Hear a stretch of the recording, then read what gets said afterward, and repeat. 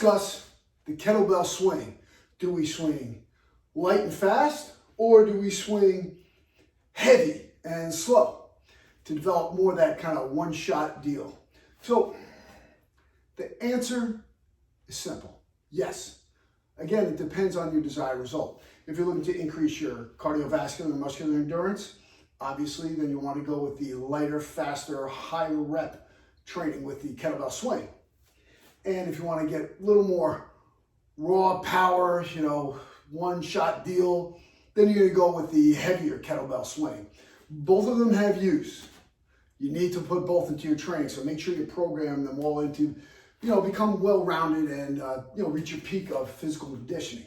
So, first thing we're going to do is start with a medium-sized bell. I have a relatively small one, a medium, and a relatively large one. Now, again, some people may see these kettlebells and say, oh gosh, this light one is heavy. Or they may say, gosh, this heavy one is not so heavy. It's like kind of medium for me or whatever. It doesn't matter. It's all relative to the strength of the person, size of the person, and their technique. So I'm going to take this relatively light bell. It's a light bell for me to swing anyway. And we're going to look at how to swing properly. First, as with all ballistic exercises in hard style training, you want to start with the kettlebell on its edge. So here's what I mean. Here's the edge. I want to start here. I don't want to start here with the kettlebell. I'm out of position. It's not a great position to start with. If I start here, my hips are already prepped. I'm in the position to execute my good backswing. And the backswing is the most critical part of any of these movements. So I'm here. I pack my shoulders, engage my lats. I have a nice line here coming from the edge here, through the handle, through my arm, and through my shoulder. Inhale.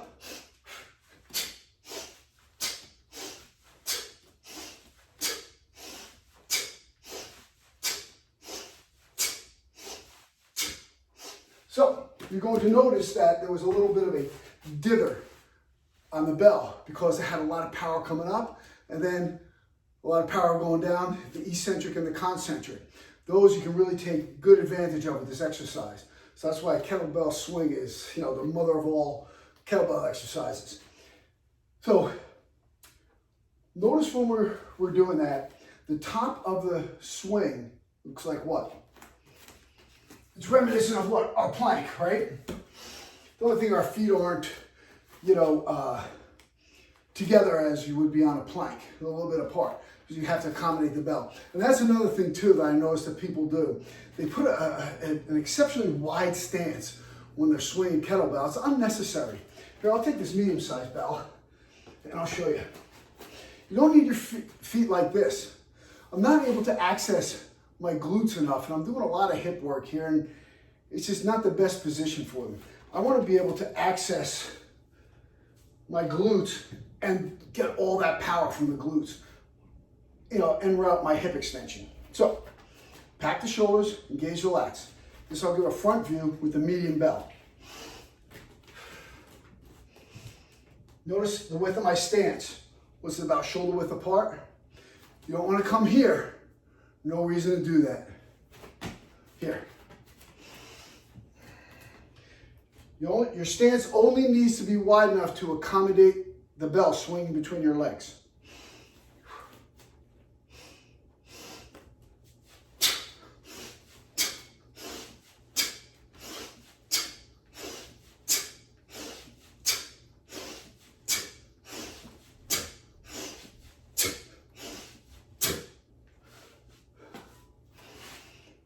Again, I have no reason to go above my head.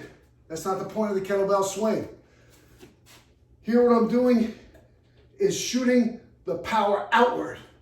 The movement goes outward when I'm doing my kettlebell swing. Pop from the hips and launches the bell forward. Not above my head. We have plenty of other exercises for that. And going over your head with two hands like that, most people don't have the thoracic mobility or the shoulder mobility to be able to do that. without causing an injury or impingement of some sort. And there's plenty of other exercise to go overhead with without swinging here. And if you look at it, if I'm on my complete lockout here, boom! Pop, pop, pop, pop. If I go above my head, am I losing that tension or not? Right? So when I'm here, pop! That's where I want to be on my swing. So you notice the height position of swing right around here, okay? Anywhere from the bottom of the chest to the bottom of the shoulders, okay? Again, don't want to go too high up. And if I'm low, I'm not taking full advantage. I'm not taking full advantage of my hips. I'm not getting all that power, not getting the lockout. I'm going a little too heavy. So let's use a heavier bell and see if we can get the proper form and get that full extension with the heavier bell. Now, it's not going to be as fast as the other ones, but we should get that full extension here. As with all the swings in the ballistics, I will reiterate, you want to put the bell on its edge. So I'm already in that backswing. Boom. Everything else is the same. Pack the shoulders, engage the lats. Good inhale. Two, two, two, two, two, two, two. Okay.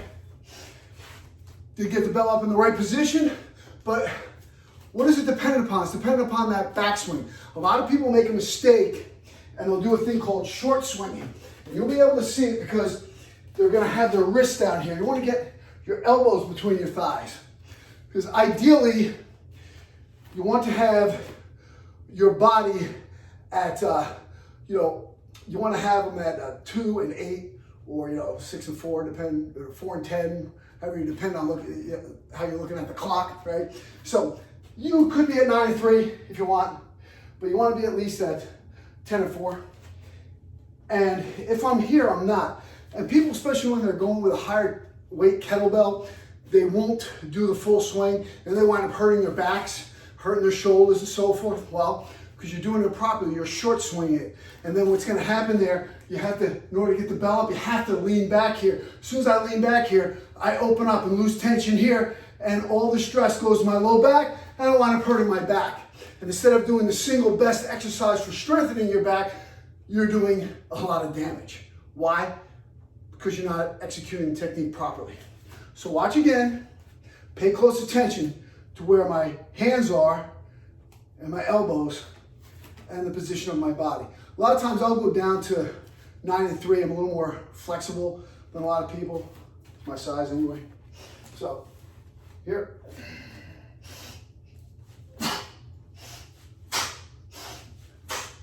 Now we can jack up the speed here and we get more cardio and muscular endurance out of it. Lockout at the top. Smash it back. Smash it back. Smash it up. Smash it back. Smash it up. So we're bringing that thing up, smashing it back down. If you're just sitting there casually doing a swing, you can probably do it forever. But you're shortchanging the benefits of the exercise. You want to try to get in as much work in as short a time as possible, right? So by using full maximum effort and having proper form, you're going to really get the benefit of this exercise. Now, another exercise I'll do with a lighter bell, like this one, I'll do a complex. So in this complex, what I'm going to do is I'll do 10 swings one hand, 10 swings the other, hand to hand 10 times, then bring it together for 20 swings. So you get 60 swings in a row, which is pretty nice. So I'll just demonstrate a few of the swings so you get an idea. So right here.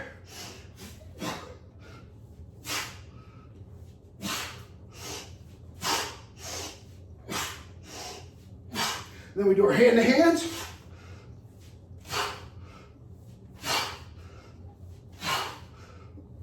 And then bring it all together. And this is where we finish with doing our 20 repetitions. So what do we do with our kettlebell swing? Do we swing heavy? Do we swing light? As I answered before, the answer is yes, we do both. We swing heavy, we swing light. It depends on the application and what we're looking to do. So if you want more information on kettlebell training, definitely check out philross.com. And you can also check out my Patreon channel. So I have over 150 workouts with kettlebells, body weight, self-defense, weapons training, and so forth. Look forward to seeing you. Keep training. Strength and honor.